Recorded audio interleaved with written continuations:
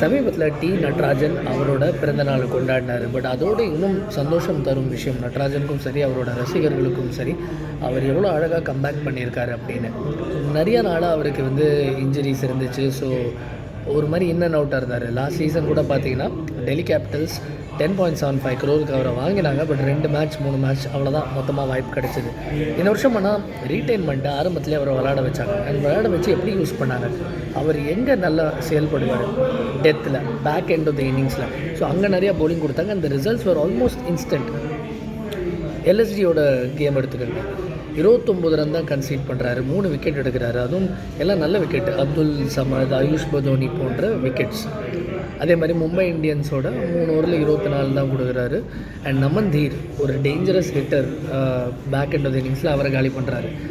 ஒரு முக்கியமான சேஞ்ச் நட்ராஜன் என்ன சொல்கிறாருன்னா, டெல்லி கேபிட்டல்ஸ் எவ்வளோ அவரை பேக் பண்ணியிருக்காங்க அப்படிங்கிறத பற்றி பேசுகிறாரு. அதில் ஒரு முக்கியமான ஆஸ்பெக்ட் அவர் சொல்வது என்னென்னா, ஆஃப் சீசனில் துபாய் கூப்பிட்டு போயிருக்காங்க. ப்ரெசியூமப்லி IL T20 நடந்த டைமில் ஐ திங்க் நட்ராஜன் மேபி இணைஞ்சிருக்கலாம் டெல்லி கேபிட்டல்ஸ் செட்டப்போட, அவங்களோட கோச்சஸோட வேலை செஞ்சுருக்கலாம். ஸோ அதை பற்றி சொல்கிறாரு, நிறையா பேக் பண்ணாங்க அப்படின்னு. ஒரு ஆப்வியஸ் டெக்னிக்கல் சேஞ்ச் பார்த்திங்கன்னா, அவரோட அந்த டிப்பிங் ஸ்லோர் பால்ஸ் ரொம்ப நல்லா ஒர்க் ஆகுது. அதை பற்றி அவர் நல்லா எலாபரேட் பண்ணுறாரு. கையிலேருந்து பால் நல்லா வருது. இன்னொன்று, நான் கிராஸிங் பிடிச்சி தான் நிறையா யார்க்கர் போடுவேன்.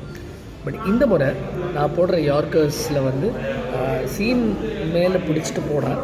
ஸோ அது என்ன ஆகுதுன்னா, இன்னும் நிறைய நேரம் அப்படியே ஃப்ளோட் ஆகிட்டு லேட்டாக டிப் ஆகுது அப்படின்னு சொல்கிறாரு. ஸோ அது ஒரு ஆல்மோஸ்ட் ஒரு நக்கல் பால் மாதிரி, நாட் எக்ஸாக்ட்லி நக்கல் பால் தோ, பட் அது ரொம்ப ஒரு நல்ல யுக்தி. ஏன்னா ஜென்ரலி யார்க்கர் போடும்போதோ அல்லது பவுன்சர் போடும்போதோ டெண்டன்சி கிராஸிங் பிடிச்சி போடுவதற்காக தான் இருக்கும். பட் இவர் சீமை நேராக பிடிச்சி இந்த டிப்பிங் யார்க்கர் போடுவது பிரமாதமாக ஒர்க் அவுட் ஆகிருக்கு அவருக்கு. So here is wishing him the very best. ஏன்னா நட்ராஜன் ஃபிட்டாக நல்லா விளையாடுற தருணத்தில் அவர் டீமுக்கு மட்டும் இல்லை, தமிழ்நாட்டை சேர்ந்த ஏகப்பட்ட ரசிகர்களுக்கு ஒரு பெரிய மகிழ்ச்சி அளிக்கக்கூடிய ஒரு விஷயம். ஏன்னா நட்ராஜன் அடிப்படையில் ஒரு அற்புதமான மனிதர், ஒரு பிரமாதமான பவுலர். அண்ட் பல இளைஞர்களுக்கு தமிழ்நாட்டில் கிரிக்கெட் விளையாடுறாங்க இல்லைங்கிறத தாண்டி பல பேருக்கு ஒரு முன்னோடியாக இருக்கார், ஒரு பெரிய ரோல் மாடலாக இருக்கார். So again happy birthday Natarajan அவர்களே.